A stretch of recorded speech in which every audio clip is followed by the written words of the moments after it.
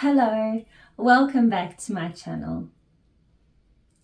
If you are new here, hello, my name is Naomi. I'm a South African living in England, and I have been making videos all about our experiences with the differences between South Africa and the UK. I have a whole playlist here on my channel. Go and have a watch if you'd like to. And I have also just been documenting a few things recently, a little bit different. So like, for example, here on my channel, I have just recently posted a video about how, I moved from Kent to Suffolk. If you are a subscriber, or if you've seen one of my videos before, welcome back. At the end of August last year, we moved from Kent to Suffolk. I have a video on my channel called We're Moving. We'll link it down below. Go and have a watch after this one. Then I decided to make this current video that I'm making. I decided in July last year, and I started making notes, and I had everything put together, and I was going to say all the wonderful positive things that had happened, and the wonderful, how easy it was, but little did I know it was not going to be like that at all. We incurred challenges, and in a small way, the Lord taught me exactly who was in control. So yes, this video started off with a couple of notes in July last year, and by the time I'm recording this now, it's actually March, so we're going into spring. A lot of things have changed. Start off with the first challenge that we incurred was that Casey had made the decision to stay in the town where we lived. I've made a video all about it, which I will insert now. That we were moving, and obviously all of us as a family of 5, etc. But as life happens, the small spanner got thrown in the works, and Casey decided to stay. So I'm very glad that I've never revealed where we live. But Casey's decided to stay in the town that we live in. She's got herself a really nice little house share, and she has decided that the job that she has is really what she wants to be involved in. So she's decided to stay, continue at that job, and get herself a house share. So obviously at first, being that we are parents, we were concerned and we weren't too happy about this new development. But because we are parents, we also have to look at it that she is trying to make a way in her own life, which is great. And we have supported her. We have decided that regardless of how we feel, if this is the journey that she is going to take, then we are going to support her, because as her parents, we love her and we want to see her thrive. Let your child go. We will be quite a distance from Casey, but she is hoping to get her driver's license soon, and then we will obviously look into getting her a car, and then she would be able to visit more regularly instead of catching the train. The very nice thing is that we have a neighbor across the road who was telling her all about the different trains that she can catch and trying to find ways to get there quicker than the original way that we had thought the trains go. Excited for her, and it's going to be very different going from a family of 5 to a family of 4. And I'm sure one day in the distant future, Hannah will decide that it's time for her to leave, and then we'll go from being a family of 4 to being a family of 3. So it will be very interesting. And we also know that Casey will come and visit when she gets the chance, and of course she'll come home for things like Christmas, etc., and her birthday. So yeah. So once she had told us that news, we then had to get used to the idea of no Casey, and just for a bit of, for her to see that we were okay with it, how okay a parent can be when their child decides to stay in a town and a county, and you are moving town and county away. It does stir up a bit of worry and a bit of emotion, and so we decided, we'll just do a little housewarming gift for her. I'll insert the video here of what we gave her. I got Casey a clothes horse. It's very pretty. It's pink. We got her a few little things. So we started off with a desk pad. Casey was saying she needed a desk pad. I think it's just to write some things down. As you can see, we got it from Wilco. It's quite a nice size. It's got a bit of space. You can write there and you can do to-do list. We got her some fairy pods to do some washing. We got her some toilet paper because that's like very essential. We got her a nice little wash basket. Now originally I wanted to get her two, but then I thought when this is full of washing, she takes it down to the laundry or takes it down to the laundry, does the washing, this will be empty for her to put her clean washing into anyway. We then got her some Colton towel. We call it Colton towel. I don't know what they like kitchen towel. It's Casey loves using it and she uses it whenever she makes a spill, so I think it'll come in very handy. We got her some microfiber cloths. Casey's a big fan of unicorns. It's got unicorns on it. She loves pink. I got her pink, and I got her a lovely mint green one as well. And it is inside we bought her a little box that says cleaning, so all her cleaning goodies can live inside here. We got her a Dishmatic. We got her a multi-surface spray. And we got her a Fairy Max. This is just to fill up the Dishmatic, just so she can clean up all her mess, all her mess in the kitchen when she's finished. We bought her some pegs, and yes, they match the clothes horse, because if she needs to just hang a couple of pieces of underwear or whatever, these pegs can always come in handy, and she can always keep them for when she has her own home as well. We got her a bucket. You never know when this can come in handy. A bucket is always something that you normally use. I mean, she could even use it as a little rubbish bin if she wants to, but a bucket is something I find is very handy. And they're brand new double bed sheets, a white one and a charcoal grey one. These two will come in handy because the bed in the place is a double bed. So yes, this is what we got her. We got her the clothes horse and just these couple of goodies here. Just a nice little start off kit for her in her brand new home. That we've moved, and Casey stayed where she was, and we moved here. We have seen Casey. We saw her for our anniversary. We saw her for Christmas, and we're probably going to see her for Easter weekend as well. She normally will come with the train, or Martin will be in London for the day and he can fetch her, work-wise he's in London, and then she just catches the train to London and then he'll bring her home. So it has been, we haven't seen her as much as we would have liked to, but we have seen her. And of course Christmas was lovely, but she went home before New Year. So yes, it is nice to see her, but I think in a way she's always happier to go home, because then she's her own, she can do what she wants to do in her house and how she wants it. And I think when you go home to your parents, it's not always how you thought it was, or things have just changed. Challenge that we incurred, and I'm going to try and be as diplomatic and kind as possible with this next section, because I have to be careful, because I don't want to hurt anybody's feelings and I don't want to say something that I shouldn't say. So let's get into it. If you haven't watched the We Are Moving video, I'm going to insert a clip here. It is a couple of minutes into my video and I'll insert it here. I mentioned earlier that I will be doing a video all about how the move went, etc.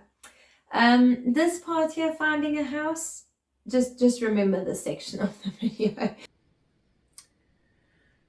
So as you can see, and as you can probably hear, we incurred a challenge with the rental that we were originally moving into. So what happened is we found it on, I think it was Rightmove, and it was just perfect. Everything fitted, everything was wonderful.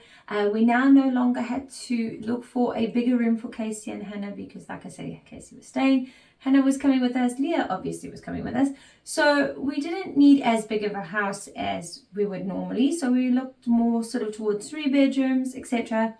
And we found this home and it was beautiful. And it was everything. I mean, it had a study for Martin to work from home. It had a bedroom for Hannah, a bedroom for Leah, a bedroom for us, an ensuite. The only thing it didn't have, funny enough, was it didn't have a wardrobe in the main bedroom, which was a bit weird to me. But anyway, and it was just gorgeous. This home was everything that we'd been looking for, and we thought, no, this is the one. So we put an inquiry on Rightmove, and then we contacted the agent as well, but the agent was out at the time. And they said, no, we'll get them to call you back. And the agent did phone, and we explained our situation. We said, look, we live in Kent and you guys are obviously in Suffolk. We'd like to see this place as soon as possible. And we scheduled a date, and it was actually a Friday, and Martin had taken leave from work, and we quickly dropped Leah at school and we drove up to Suffolk as quickly as possible. We literally were 20 minutes away from our new town, and we get a phone call. Sorry, you can't come today. The tenant is ill. So Martin said to her, well, I'm very sorry, but I have just driven all the way here. I'm 20 minutes out. Is there not something we could do? And they said, absolutely not. You have to respect it that the tenant is ill and you cannot go in the house. So Martin said, no, that's fair enough. We don't know who she was, but we never actually dealt with her again after this phone call. So we don't know if maybe she was just a receptionist or whatever, but we never had to deal with her again. So Martin said, no, come. We're 20 minutes out. Let's go to the estate agents and go and see them. So we drove into the town, we parked, we went to the agent, and we said to them, look, this is absolute nonsense. We live in Kent, we've driven this far, we've made arrangements, we've taken, Martin had taken leave from work, things like that. We can't just get in our car and drive back. It's not fair. You need to understand that this was an arrangement. We're not allowed in this house. What can we do about this? So we spoke to the agent. What is he? The agent director or whatever his name was. He's like in charge of the agents, the branch of the rental agency. And he said to us, look, I tell you what, as soon as she's well, we'll send someone in with a camera, we'll video it for you, and we will send it to you. And obviously we'll let other people go and see, because you see, basically the distance was the problem, and the travel and the time, and we can't keep taking endless days of leave. Martin can't, and also there's the kids at school, things like that. So they said, no, look, they totally understand. They'll do a video, and yeah. So we got back in the car, we drove all the way back to Kent, fetched Leah from school. We told everybody, sorry, didn't get to see the house, Anyway, the very next Tuesday we get a message. It's a video. And we had a look, and it was even more beautiful than we imagined from the photos. It was lovely. Look, there was a couple of things that needed painting on the wall and things like that, but it was beautiful. Honestly beautiful. It was what we wanted. And it was, Martin contacted him straight away and said, I want to pay a holding deposit. We want this place. It's fabulous. Okay. Well, everything had gone so well. I had prayed about it, and I really and truly thought that this was the house that the Lord had for us. No. So now it's the middle of summer holiday. We've got Leah into a new school in Suffolk. We have made arrangements to move. We've given our landlord notice, plenty of notice, 2 months notice, which we had to give, etc. We have done everything. Everything is ready. We've planned the hire vehicles for the moving trucks. Everything is done. Okay. The tenant is refusing to move. Now, there is nothing that you can do. The landlord can start proceedings. Very little that can get done if a person is refusing to move. Now, I don't want to go into all the details and everything, but basically the tenant was digging in their heels and they were refusing to move. So we then started to think, well, what should we do? Should we move? And we had to move because, well, like I said, given the landlord notice, Leah had a school and we had taken her out of her current school at the time, and we had booked the vans to move. We had everything planned. So we couldn't back out at this stage. We had to leave Kent to move to Suffolk.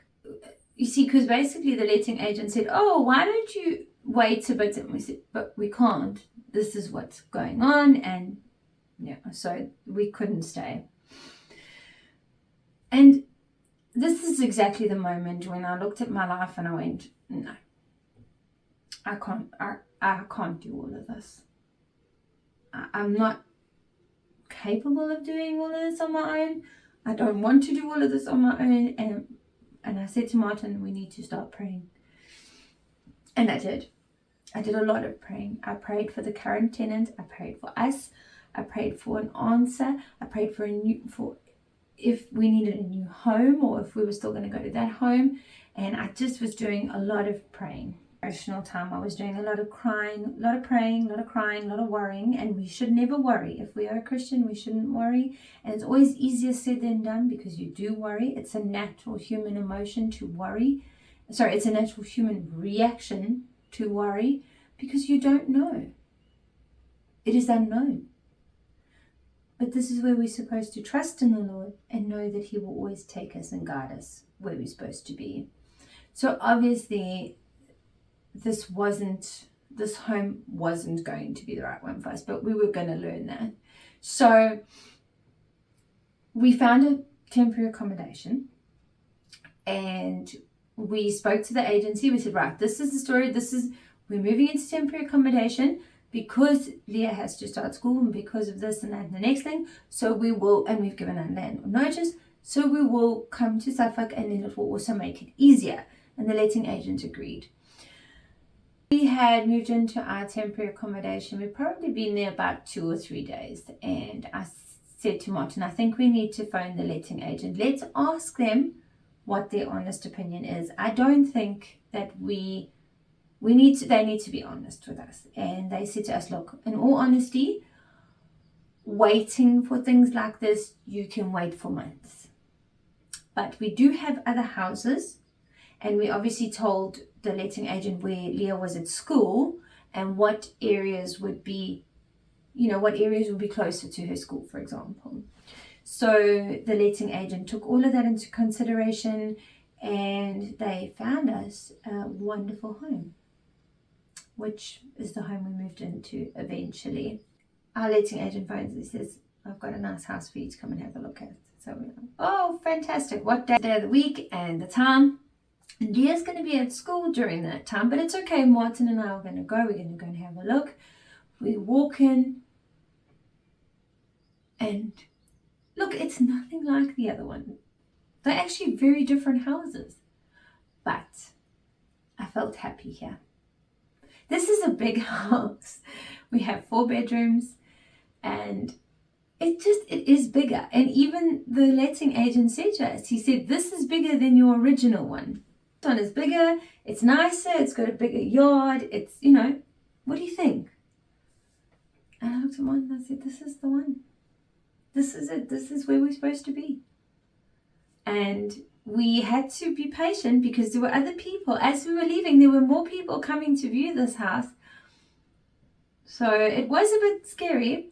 And we said to the letting agent, look, we're happy to pay the holding deposit right now. And he's like, no, what? I've got to show the other people. And then it's got to go to the landlord and the whole procedure. Anyway, we got the house and we got to pay the holding deposit and we finally moved in on the 16th of September. So it was a long, winding, busy road for us, but we made it out at the end of the day. And I think sometimes as people, human beings, whatever, we think we know better and we think we're going to be able to do whatever we want to do. But sometimes the Lord just needs to remind us, hey, I've got this. I've got this. Just be patient. I've got this. This is not the right house for you. This one is. And this house is it's beautiful. And I feel blessed in this home. And I feel happy in this home. And yes, it's bigger, so I have to clean more. But I am happy in this home. And it's a lovely home. And it's a good home. And I think in a way, it all worked out for the best. I did actually had to go into the letting agent the other day, probably about 2 weeks back. And I said, oh, by the way, have you ever rented out that other one? Did the tenant ever move? And they said, actually, tenant only left in December. Now, in all honesty, there is no ways we could have stayed in our temporary accommodation for 3 months. And I certainly am glad I didn't sit around and wait for 3 months.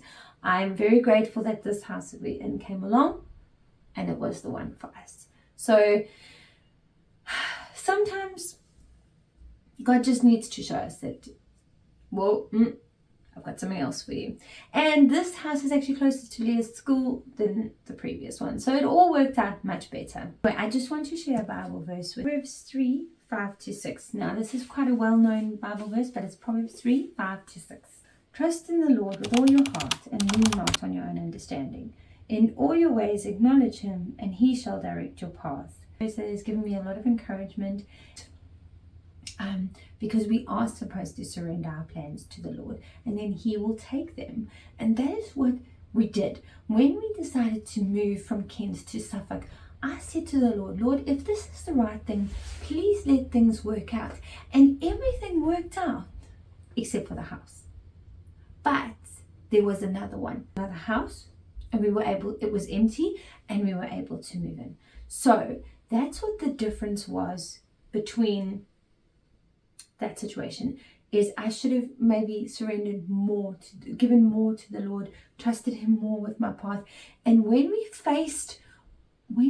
got that call to say that the tenant doesn't want us to come and see the house because the tenant was ill, maybe that should have been the first thing to go, wah, wah, wah, red flag, stop.